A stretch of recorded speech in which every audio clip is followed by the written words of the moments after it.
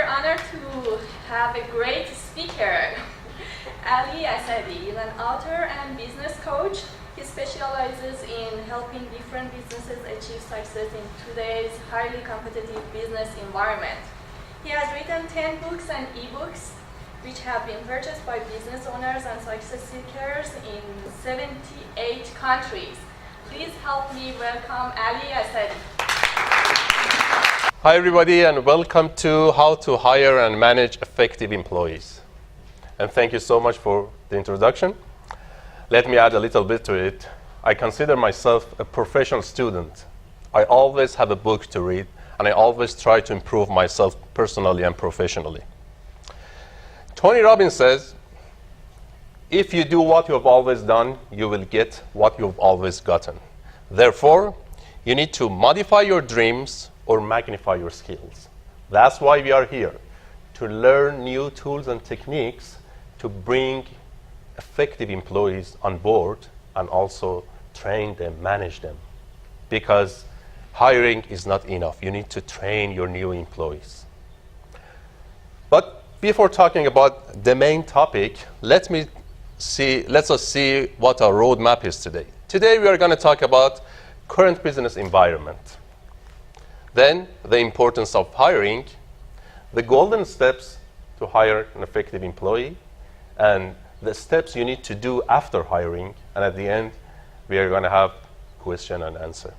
So let's talk about new trends and challenges in business environment.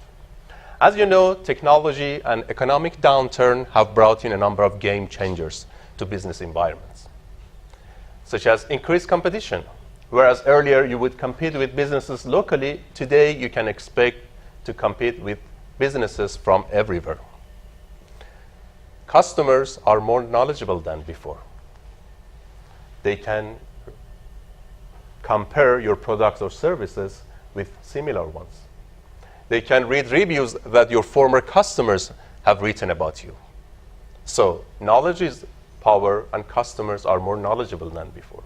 And also, your employees are more knowledgeable than before. And they can access to more opportunities. By opening an account in one of those job boards, they can get emails from similar companies.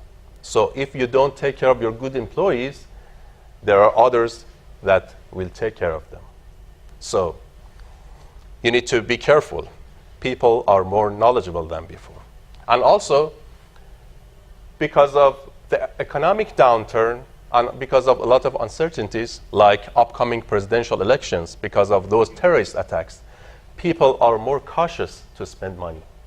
I remember in 2005, 2006, when I was reading financial articles, most financial advisors recommended to have 3 to 4 months of your living expenses in your saving accounts. Because if something happens to you, if you lost your job or if you get sick, you can secure your life. Today, the same advisors recommend to have 8 to 12 months of your living expenses. So people are more cautious to spend their money. To sum up, the current business environment is like a non-violent or somehow violent war, in which money, customers, good employees in the middle, and you and your competitors are fighting to gain your own share. Let's watch a funny cartoon which can show the current business situation precisely.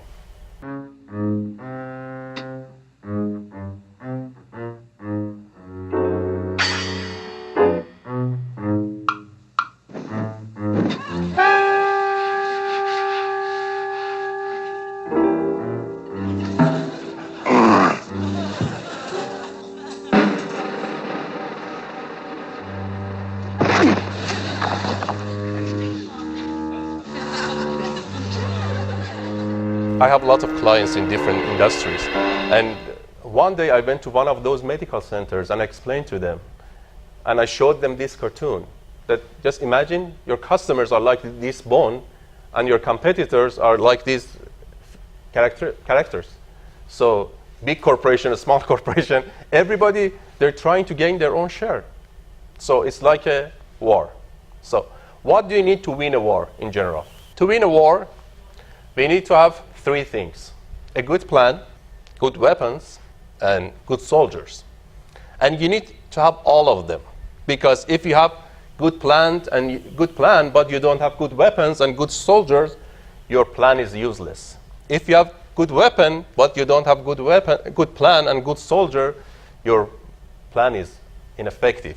And if you don't have good employee to implement your plans, all your plans and tools are useless. And if you have no plan, and your weapon is like this, and your employee is like this, just forget it, because you will lose this war for sure.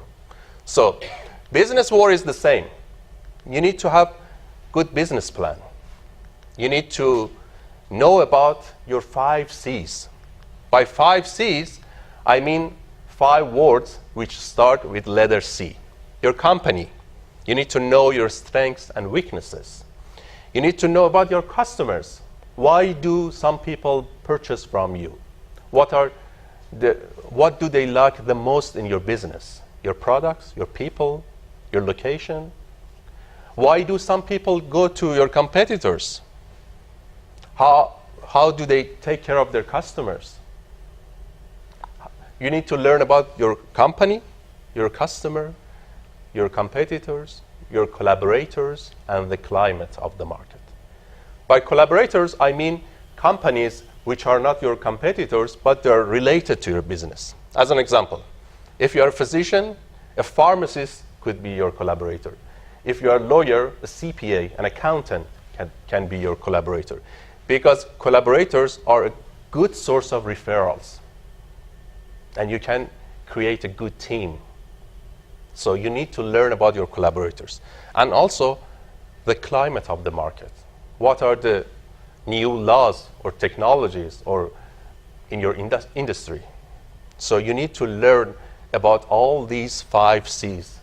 And if you know about these 5 C's, you can make a plan to achieve your goals. Because if you don't know where you're standing, you don't know where you want to go. So learning about 5 C's is very important. Keep in mind this part, because we are going to talk about it in employee training. You need to have good tools. By tools, I mean you need to have good products or services. As I mentioned, customers are more knowledgeable than before. So if your product or services do not have good quality, they can find out easily. Even one bad review can make them stay away from contacting you. So besides having good products or services, you need to have good operational tools, softwares that you can use in your operation, and also great tools to promote your services, tools that you use to market your services. Because if you provide the best product or services, but no one knows about it, you cannot earn any money. So tools are 3 things: your products or services, your operational tools, and tools that you use to promote your services. And at the end, good employees, skillful, loyal, friendly. So 3 main elements of business success. What else? What else do we need to be successful in our business? You need to work on yourself. As a business coach, I've seen in many businesses, the main problem is the business owner. Yes. Because of terrible mistakes, terrible decisions. So, you are a commander of your business. If you don't work on yourself, if you don't improve your skills, you are going to ruin your business. Even if you have the best team, the best plan, the best weapons, because you are the decision maker. So it's very important. Let me talk about some characteristics of successful business people. Successful business people are process-oriented rather than result-oriented. Most of us try to achieve our goals without paying attention to the procedures which take us to our goals. This approach is like a hungry person who tries to make himself full without paying attention what he's eating. Although he gets full, he may end up in a hospital. Business success is like taking a journey. When you are going to take a journey, you need to be prepared. You need to check out many things. Your car engine, your business system, your company, your team, the weather, the climate, the traffic, competitors. So just imagine you're going to take a road trip. And even if you've already taken this trip, just pull over and see if you have done all this stuff, if you know about all this stuff, if you know about your competitors, if you have checked the weather, you know about the climate of the market, if you have a good company, good team to be with you in your journey. So business success is like taking a journey, road trip. The other thing is successful people try to improve their skills. There is always room for improvement. There is always new tools and techniques that you can learn. And if you are going to learn a new skill, one of the best techniques is just imagine you are a tourist. Just imagine you are in Paris for the first time. What would you do? So asking questions. When you are a tourist, you are not shy to ask stupid questions. This is another. And what else? When you are in Paris, you take pictures or videos. So you need to take notes when you are going to learn a new skill, so you can review them later. Like exactly when you're a tourist, you take pictures and videos to show them to people or just review them later. When you spend time to learn new tools and techniques, you need to implement it. Okay, so the role of the business owner is very important. So you guys have a questionnaire in your folders. Please answer a couple of questions. This is business success questionnaires. What's your main business goal in 2016? How are you going to achieve your goal? And what are the main obstacles in achieving your goals? What are your personal obstacles? And how are you going to change them? And what will happen if you don't change them? Keep in mind, sometimes the main obstacle of our success is our mindset. So nothing is impossible. Sylvester Stallone wrote the scenario of Rocky in 1975, I think. He approached around 800 producers in Hollywood and proposed his scripts. Finally, one of them accepted, but said, okay, how much are you going to charge for it? Sylvester Stallone said, nothing. I just want to be the actor. They said, do you have any experience? He said, no. I said, okay. We cannot work with you. 3 months, 4 months, 6 months, finally, they accepted to hire Sylvester Stallone to make the deal with him. So he became Rocky Balboa. And Rocky got Oscar in 1976. So nothing is impossible. As I mentioned, sometimes the main obstacle in our success journey is ourselves. Why is hiring so important? As I mentioned, hiring is good employees. Having good employees is one of the main elements of a successful business. Wrong employees can cost you time, money, and the future of your business. It has been proven that wrong employees can cost you 7 to 15 times of their salaries. So hiring is easy.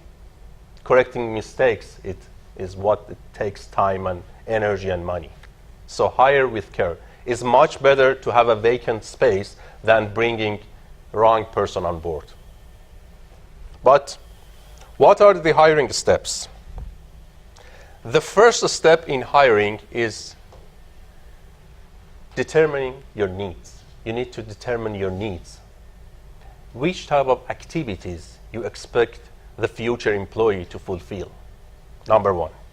Number two, which type of skills that person needs to have to fulfill these activities? And number 3, which type of personal characteristics the person needs to have? Does he need to have? So you need to answer 3 questions. Which activities does the person need to fulfill? Which type of professional skills does he need to have? And which type of personal characteristics does he need to have? Based on that, when you write it down, sometimes you notice that this position is good for 2 people. So you need to split it. That's why you need to write it down. And don't be perfectionist, because sometimes we expect to hire Superman. Just put yourself in that position. Can you do that yourself? So it's very important to determine your needs. And also, sometimes our needs are seasonal. You don't need to hire a full-time employee for a seasonal need. If your sales peak is in October and November, you need to hire someone and kind of, you can say, independent contractor or someone part-time just for that 2 months. You don't need to hire a full-time employee and then be in trouble later. So you need to determine your needs. Let me give you a good example. Just imagine you have a piece of land, okay, and you are going to plant a couple of trees or flowers in this empty spot. You need to know what are you going to do with this land. Which type of flowers or trees do you need to put here? So it's exactly like bringing a new person on board. What's your purpose? What are you going to do with this land? Is it enough? No.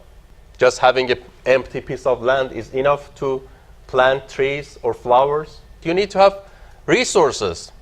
You need to have resources. You need to have water. You need to have financial resources to take care of new employees. You need to have time to train them. Because even if you bring the best employees, if you don't spend time with them, if you don't train them, if you don't teach them about your business, because sometimes you hire a great employee, but you don't bring them on the same page like yourselves. You don't tell them about your 5 C's. And after a couple of days or month, they get bored and look for other opportunities. So you need to have enough resources to bring a new employee. Because if you don't take care of them, they will go somewhere else if they are good employees. If they are under average, they will stay with you forever. No worries. But you will lose your money and resources and time. Let me give you an example, a very interesting example. I used to give consultation to a limousine company for 2.5 years. And the business owner was a very nice guy, and he was from, I don't want to say the nationality, but he prefers to hire people from the same nationalities. So they got busy, and they had clients from some of the celebrities, some famous people like Tiger Woods, like John Travolta, or that's why this guy didn't have time to train his new drivers. One day, someone called from Beverly Hills and asked for a limo. So, since they didn't have, he was already sent good drivers, he had to send one of the new drivers. So he sent the guy to that house, and they didn't know that the one who called, actually, usually celebrities don't mention their names because of paparazzis. So they always use fictitious name, or their managers call. So when drivers went, he didn't know that celebrity, number one. And he didn't know that that person is one of the most famous actresses in Hollywood, and he didn't know that lady is one of the sexiest actresses in Beverly Hills, in Hollywood. So, and since the business owner didn't train that guy, when he dropped her off, he asked for her number. I cannot mention her name right now because he's recording me, but I will let you know. When I get to that company, the business owner told me, Ali, you cannot believe who called here. I said, who? Then he mentioned her name. I said, I couldn't believe first, this is her that he was calling me. She said, I told her, are you the real one? I said, yeah, how many times do I need to tell you I'm the real one? And she was going to sue the driver and the company because of sexual harassment. Because he didn't just ask for her number, he blocked her. He insisted. Because that guy didn't know that it was not proper to ask for your customer's number. So, wrong employee, and if you don't train them, he was a good driver, but he was not trained. No, even, he came from another country that probably this stuff, they could do that, I don't know. But they need to have instruction. If you don't have instruction, if you don't have working manuals for new employees, you will be in trouble. I highly recommend you to have working procedures and give the new employee to read and sign it. It's very important, both professionally and legally. Because if you don't get that signature, probably if something happens, you will be in trouble. But if they sign it, they say, okay, this is our procedures. This is our ethical issues or our security issues, everything. So it's very important to see if you have enough time to train new employees. Okay. After that, after learning about your needs, you need to write down a job description. What are the 3 main characteristics of a great job, even for yourself? What do you think? All of us are working. Job security. What do you mean by job security? You don't lose your job. Okay, what else? Before that? High pay. What else? Personal satisfaction, high pay. What else?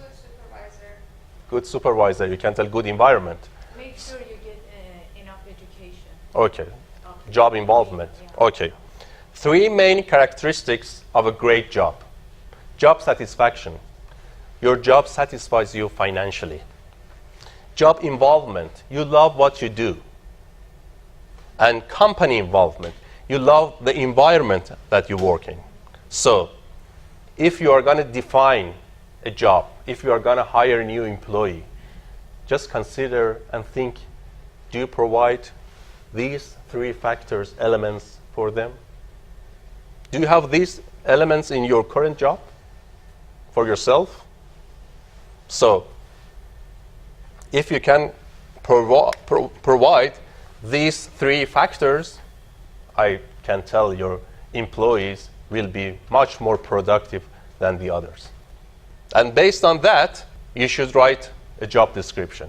Job description means you can write, I'm looking for someone to do these activities with these skills with these personal characteristics. So you write it down again. You've already written it down. You have already written in your needs, determining your needs, but this is another time you review the position and skills and activities. You write a job advertisement or job ad. What's the difference between job ad and job description? Job ad is a little shorter, but what you need to put in your job ad is opportunities that your company can provide for new employees and salaries and benefits. Why you should add it in your job ad? Because, as I mentioned, good employees from your competitors look for better opportunities. So when you mention about these opportunities, you may attract them. So it's very important. Some companies, they don't mention anything. They just talk about the responsibilities of a new employee. They don't mention what they can provide for new employees. So you need to include these stuff in your job ad, right? And after that, you can post your job in different job boards like Craigslist, Indeed, and also you should ask your good employees to refer you their friends or their families or post on their social networks. So you should use different resources. So do not just rely on just one source. Use different resources to get good candidates. And one of the best techniques to get candidates is using online application. Do not waste your time to get resumes with different formats. It wastes a lot of your time. You can create an online application with different free softwares like Google Form. And for example, if the position needs a person with master degree, you can make it in a way that people who don't have master degree cannot apply for it. So it saves a lot of your time. So use online application in narrowing down your candidates. And after that, what's the next step after getting applications? Interview. So how many interview sessions do we need to have? They highly recommend to have at least 3 interview sessions. But if you see some red flags at the first session, just forget it. Don't waste your time to go for other interview rounds. What are the red flags? Becoming late without contacting you or informing you. Not paying attention to the dress code. Because I cannot tell everybody needs to be formal.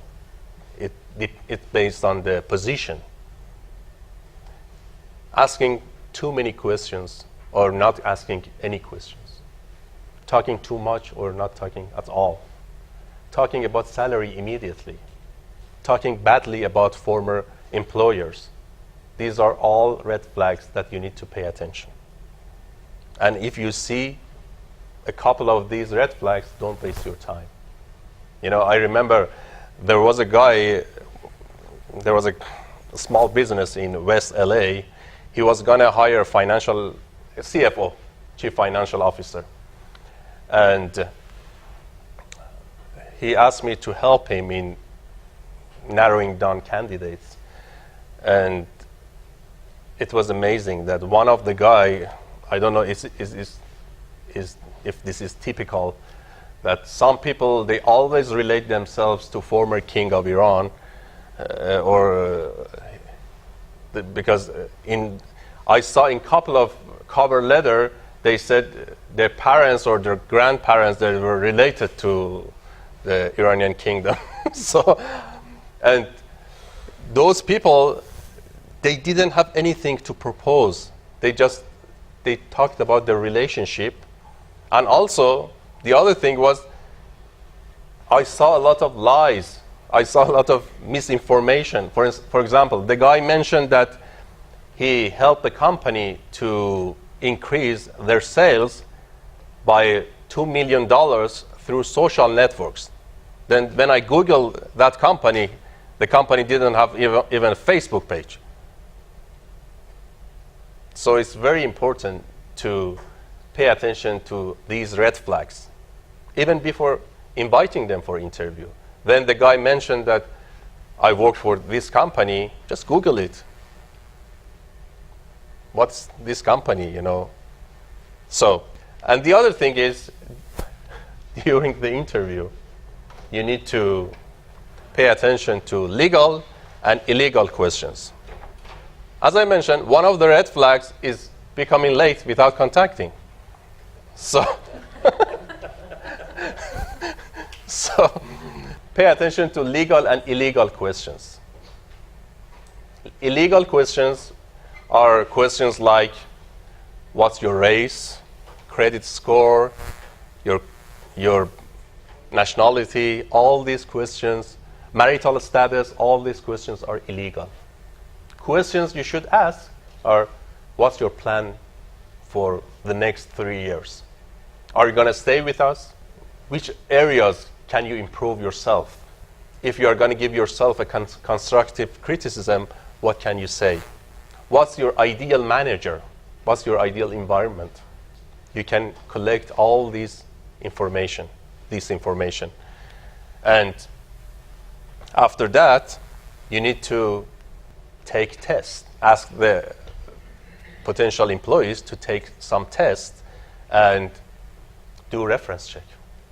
But before talking about that section, let's watch a short clip which shows some mistakes that people may make during the interview. It's kind of hidden camera, but it's very interesting. You will have some fun. Hi. Hi, how's it going? Good. I'm Trent. Good. So, you want to stand or sit? Sit would be Okay, good. great. Let's stand. Tell you what. Okay. Well, we'll sit. Okay. What was your name? I'm sorry. Charity. Charity. Charity. What's up, dude? Nothing really. Just. Is that a perm? Excuse me? A perm? No, this is natural. Oh, cool. What can I do for you? I would like a job with your company. Oh, great. This is a very well-formatted resume. Thank you.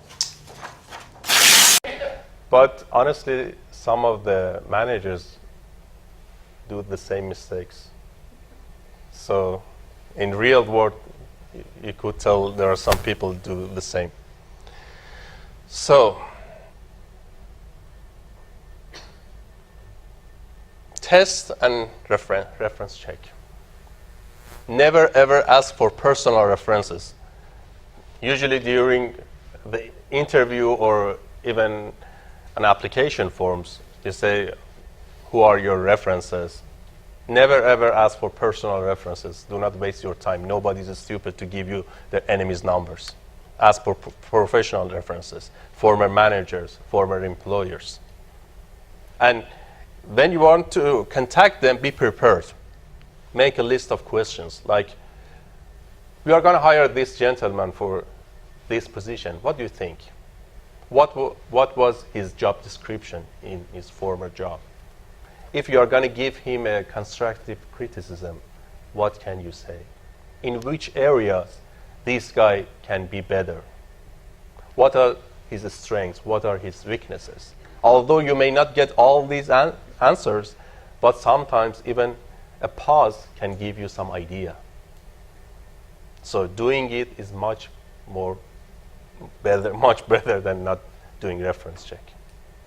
And taking tests based on the position, you can ask the candidates to take some tests. If you're going to hire a secretary, you can ask them to take typing test or office software. If you're going to hire a manager to manage people, you can ask them to take some psychological test to see their personalities, if they are good with people. If you are going to hire someone for customer service, that person need to be patient, and he or she needs to like people. He needs to be friendly. So even sometimes you can ask them just to go and talk to people to see the way they approach people, the way they answer the phone, so you can get ideas about that person. Let's watch another clip about testing employees. Well, Greg, your CV is certainly impressive, but I'm afraid you're not quite right for us. Okay, fine. Thank you for considering me for the job. And that's exactly what I was hoping you'd say. We need a cool-headed man like you on our team, Greg. That was a test, and you've passed. Welcome aboard. Well, thank you. So I've got the job. No, of course not. I don't employ gullible fools. That was the test, Greg, and you failed. Goodbye. All right then. Greg, that's the nonchalant attitude we've been looking for. You passed the test. Have I really? No, that was the test. You questioned me. No one questions me. No, he wouldn't mind. Greg,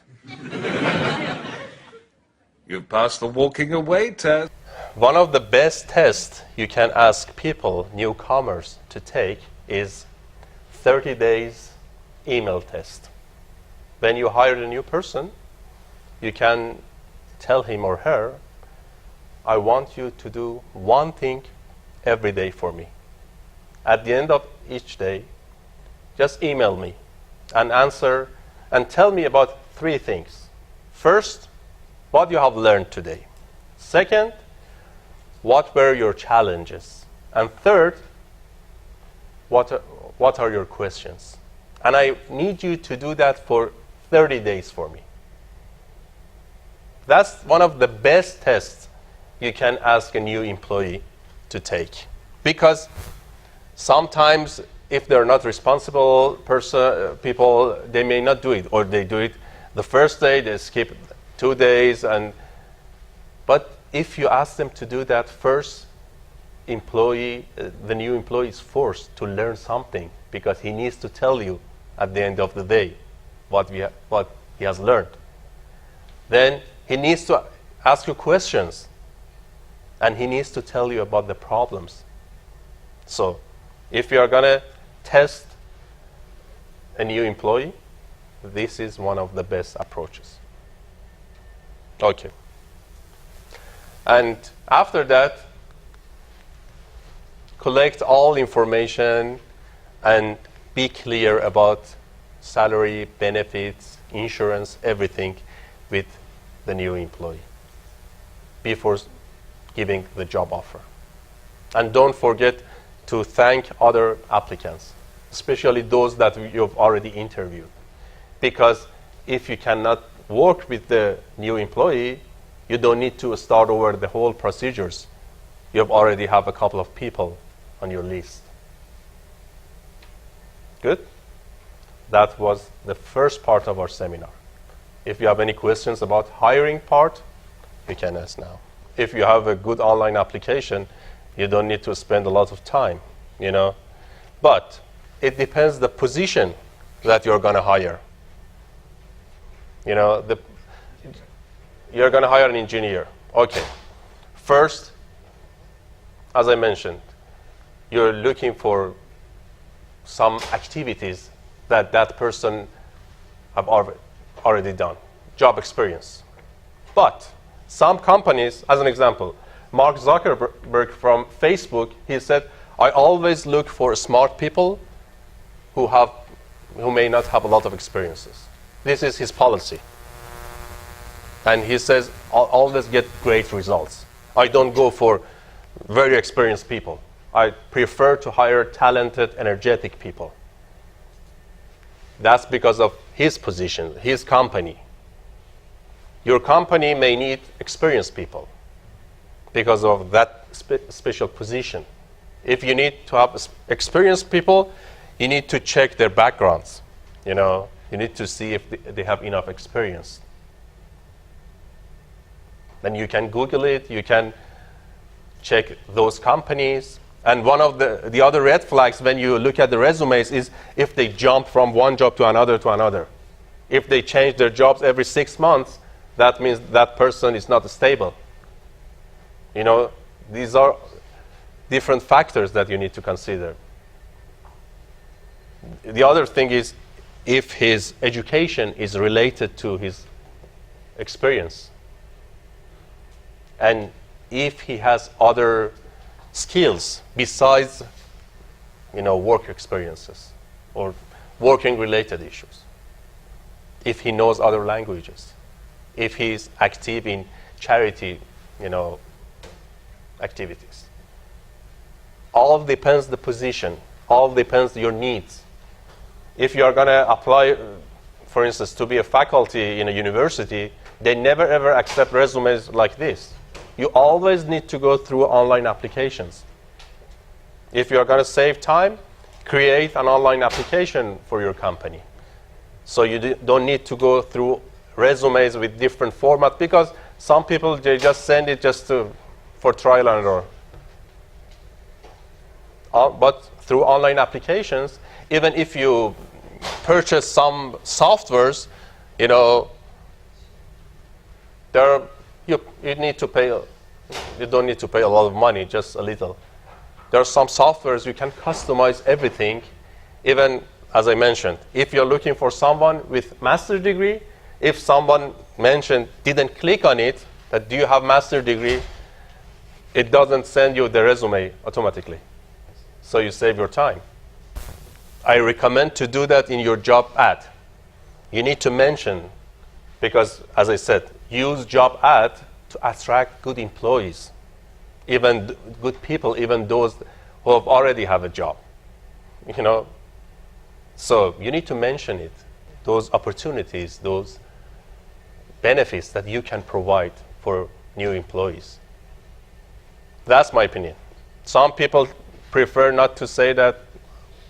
In my opinion, honesty is the best policy. For social media, actually these days, most companies use social media just to learn about potential employees, because by their behaviors, by their network, you can find a lot about them. You know, so even by looking at their posts, you can find out about their personality. You know, so it's very good if you can put an online application on your website and then put that link on your LinkedIn profile or Facebook. You know, so social networks are very effective, in my opinion. What we need to do after hiring a good employee, as I mentioned, training and orientation are very important. By orientation, I mean at the first week, you need to introduce them to other staff, other employees, their colleagues. They need to learn about 5 C's, as I mentioned. It's very important. They need to learn about your company, your strengths and weaknesses. They need to know about your customers, your competitors, your collaborators, and climate of the market. If they learn about these 5 C's, you have much easier time in persuading them and in talking to them about your goals, visions, and mission of your business.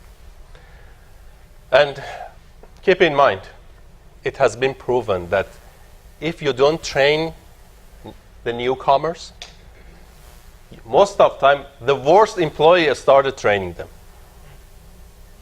That's very interesting. If you don't assign a good employee to train newcomers, usually the worst employee, the most negative person, starts training them. To show you the importance of training, have you ever seen a pistachio tree? This is kind of unmanaged pistachio tree. Usually it takes 6 years for a pistachio tree to be commercial, to start giving crops. And after 12 years, they're going to be commercial. You can sell pistachios. So this is kind of unpruned, unmanaged pistachio tree. And this is a managed orchard. What's the difference between this one and this one is not just the appearance. Since this tree hasn't been trained in harvesting season, you cannot use machines to pick up the crops. You need to use hands. And you can tell how expensive to hire workers to pick up all these pistachios for you. And here, they use machines which have vibrators, and it connect to the trunk, and after vibrating, all pistachios fall down. So if you don't train your employees, they will be like this. You will be in trouble if you manage them, if you train them, at the end of the day, you are the winner. And one of the best ways to train your new employees is to make a clear communication with them.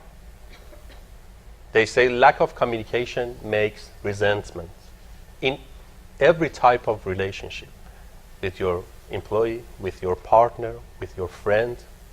It's like, just imagine, you may have had the same experience that when in some areas, when it's stormy or rainy, you cannot watch your TV programs properly because there is a problem, there are some obstacles between satellite and receivers. That's the same thing in your company. If there is no clear communication, the picture is not going to be visible for your employees. So, and one of the best ways to ensure a clear communication is to ask for a receipt. When we go and purchase something, they always give you a receipt, right? Okay, when you assign a task to your new employee, ask them to send you an email that what was my task. Right? Nothing. You just, okay, you need to do these activities. Even in some companies, they use task management systems that business owner or manager has a dashboard with a list of all employees and their tasks. So in real time, you know which person has which activities, so they don't overlap with each other, and you can review their performance as well. So having a task management system is also very effective. But why sometimes we have problem in communication? Because of our backgrounds, because of our mindsets. So, because of our experiences. I went to a company to give them consultation, and I said, you guys need to set up some goals, weekly or monthly goals.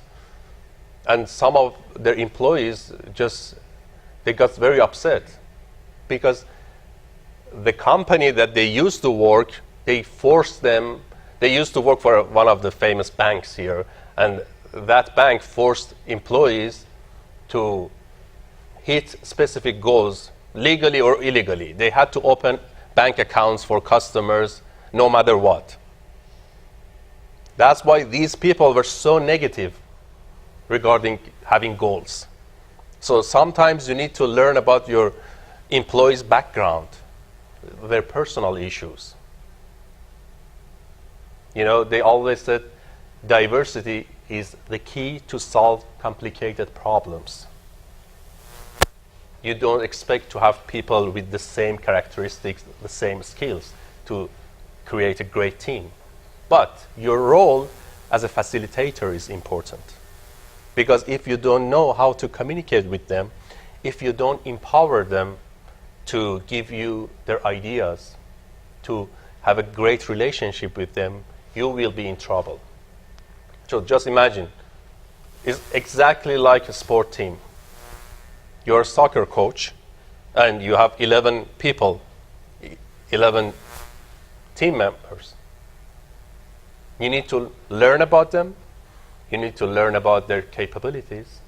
You need to make a great environment. You need to ask their ideas, because unfortunately in some small businesses, the business owners consider themselves as like a president of the United States, or they consider themselves God. It's like small dictators. You need to ask your employees ideas. And whenever you engage people, whenever you empower people in making decisions, they will be much more productive than if you just order them to do something. So when you're training them, when you're dealing with them, you need to consider all these matters. The other thing is, don't expect people to be mind readers. That's another mistake that most of us do, even in personal relationship. We always think that, oh, he must know that I'm like this. How the hell he needs to know? They always said asking questions or talking with them is less expensive than judging them in all types of relationships. Ask questions. One of the main differences between successful managers and leaders and ordinary one is asking insightful questions. Even when you see your employee doesn't have a good performance, instead of taking it personally and just telling the person that you are not careful or you don't pay attention, you can tell, what do you think if we can make this procedure better? Isn't it better to follow all these rules? The person understands that your point. And keep in mind, they always said the difference between your IQ and your employee must not be more than 30%. Do you know how much should be the difference between your IQ and your partner, your boyfriend, girlfriend, husband? Yeah? Do you know the level? It must not be more than 15%. So, it's very important to consider that.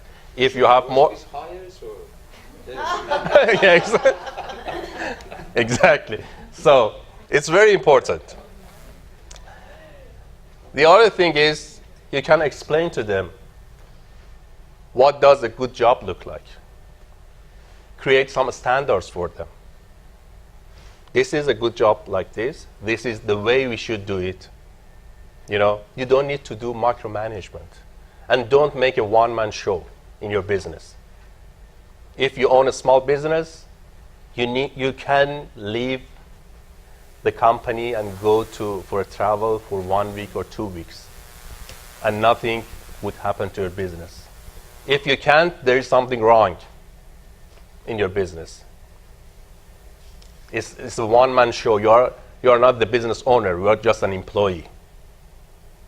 Because you don't have a system for your business. I remember in one of my seminars, a lady came to me and said, Ali, I have 10 employees. If I don't work one day, everything is stopped. I said, so Bill Gates has 64,000 employees. He needs to manage all of them one by one.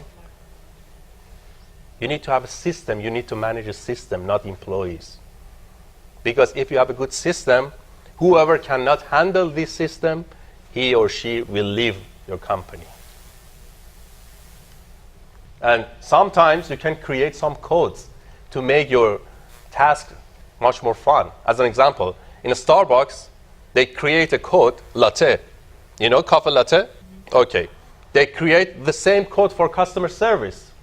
Whenever customers complain, remember latte. Listen, acknowledge, take an action, thank, and explain. You can create the same code for your company. Isn't it interesting?